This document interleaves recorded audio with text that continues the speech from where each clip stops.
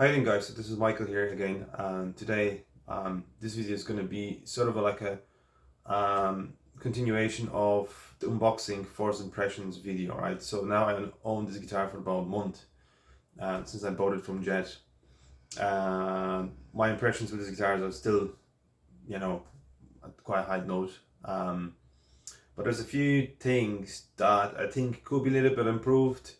So maybe I'm gonna talk about the good things that I found about this guitar and the things that could be a little bit better, I think. So maybe start with the first one. Like I said in the probably unboxing video, I was quite surprised by the quality and the way the note was kind of done on this guitar, and it's really done amazing. But if you play this guitar, let's say like an open E pentatonic, and you do like bends on the second fret, full bends, the strings pops out, right? So the slots could have been done a little bit deeper, but I think if you would lower those slots now with this note, with a gauge of 10s, I decided actually to put the 10s on it, not 11s, because I think it would feel maybe a little bit more stiff. But with the 10s, the guitar plays great, has a nice sort of a, snappiness to it. But what happens is the slots are not deep enough, so when you bend strings like these strings, if you bend it all the way down, it pops out, right? Probably a lot of people don't do that, but I think if you play something like, I don't know, Back in Black by AC/DC, and you have that, riff, and then you do that bend on the second fret on the G string, you're doing the full tone, string will pop out, you know what I mean? And if you play gigs or like, I don't know, recording videos, and you do something like that, it could be quite annoying. So for me, that's going to be my first upgrade that I'm going to do on this guitar. I'm going to change the nut, right? Not that it's done badly, like it's scored really, really well. I mean, really, really well. Maybe with the 9s, that won't be an issue, because then I think the G string and the violin string, actually the D string as well, all of them probably, sorry, will probably sit a little bit deeper in the notes. I think we'll be fine. But I think like sort of lowering the slots for the gauge of 10s, I think will cause a bit of a problem with the first fret here, right? That's the worst thing. What is amazing about this guitar, how the frets are done, right?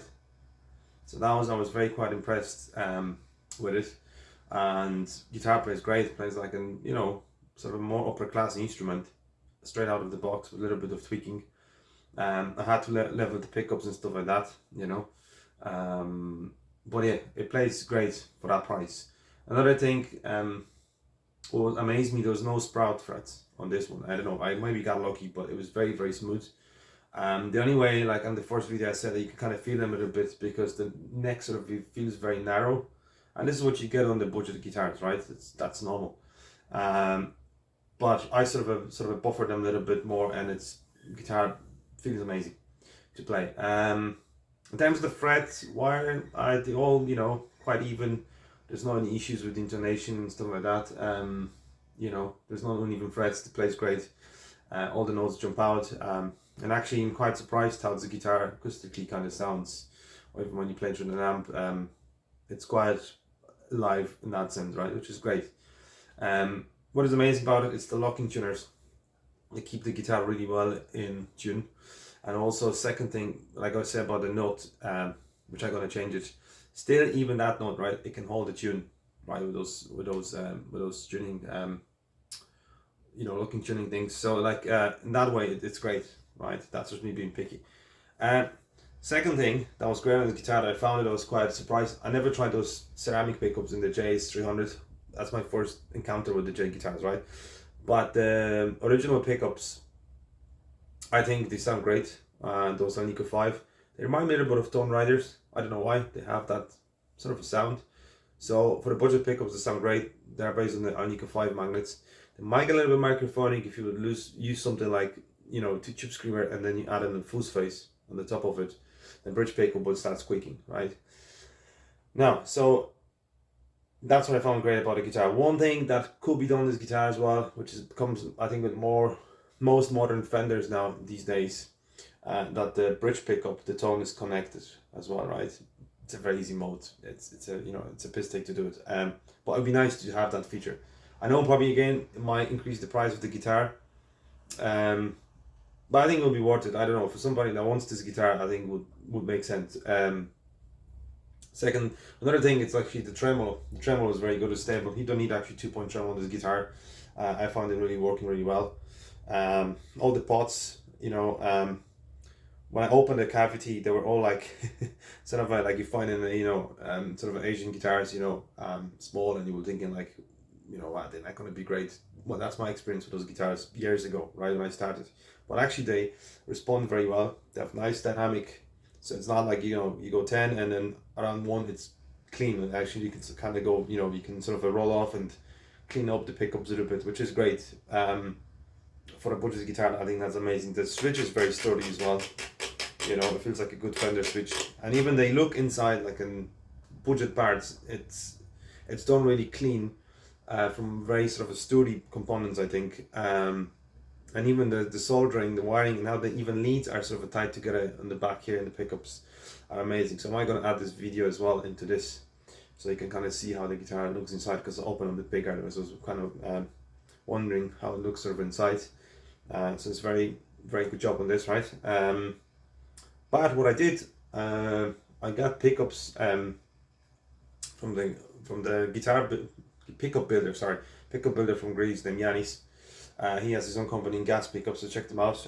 He sent me some sets to try out, and he sent me a set that it's kind of like the bridge pickup was a bit based on the Gary Moore and stuff like that, and this is called like the 60 Light. I put the exact pickups, because I think they're all different. I can put exact pickups into the video description, so you can check them out, and the link to the gas pickups. And wow, the guitar sounds amazing. And I mean, I have a Jif Strat, right, which is, you know, quite a pricey guitar already. And then I have Fender Custom Shop as well, which is like a 63 Journeyman relic, you know. And does the guitar feel like Fender? No, it doesn't. At that price point, but I mean, it plays really well. It's very easy to play. Do any bends, any stuff like that. The tremolo works great. It has its own character. But I record these 3 guitars back to back with those pickups and all the pickups, and I have to say that after upgrading the pickups, like the difference is very small, right? They all sound like Strats at the end of the day. But I think with those pickups that I got from Yanis, the guitar actually is kicking right around that area of tone, I think, and even Jeff Beck. So like when you listen to them recorded, maybe there's like a 2% of difference, which is like nothing. Actually, they all sound, you know, they all have own sound. They have some sound different. They sound like Strats, yes, but they do have like an own character. So I think, but that guitar doesn't come out in that test. Not bad at all. And I would say even like, I'm wondering like, why would people spend so much money on the guitars, you know, and all that. Like this can actually get close to this. But again, it's all about the feel, how the neck feels, and how the guitar feels. Obviously this feels like a guitar, like, you know, properly built guitar. Not that that doesn't, but it feels more like a budget instrument, you know. But not in any bad way. It actually, I'm very pleased with it. I'm very surprised how this guitar, you know, sort of nicely surprised me, and I'm actually enjoying playing it. I don't know, maybe I'm gonna get bored with it, I don't know, and move on with it one day, but I really like the red color, and that's why I ordered it. And it's always been like a brand sort of a kind of guy when it comes to guitars, Fender, Gibson, and I'm always a little bit skeptical about different brands, but I'm always also open to try other things, and so that I can recommend them to my students, other players. And this brand, and I mean, if they kind of keep doing guitars like that, and they're not going to drop their quality, I think it's a pretty awesome instrument to play. And I think even beginner to a pro can play this instrument live, and it works great. I mean, upgrades like you know, pickups or pots, it's up to your own taste, but I think the way the guitar comes out from the factory is already really good to play, you know. So I hope you enjoyed this video. Yeah, so this was my impressions after owning the guitar for 1 month. And yeah, get yourself some Jets. I think they worth a few pennies. I mean, I have a lot of fun with it, you know what I mean? So inspires me to kind of pick it up and play it and mess around with it, like, you know. So I think what that's at the end of the guitar should be, it doesn't matter the price tag, they should all inspire you to play and practice. So have a good day, and hope you watch this video to the end and subscribe, and then maybe watch the other video if you haven't seen the unboxing video yet. So have a good day. Take care. Bye.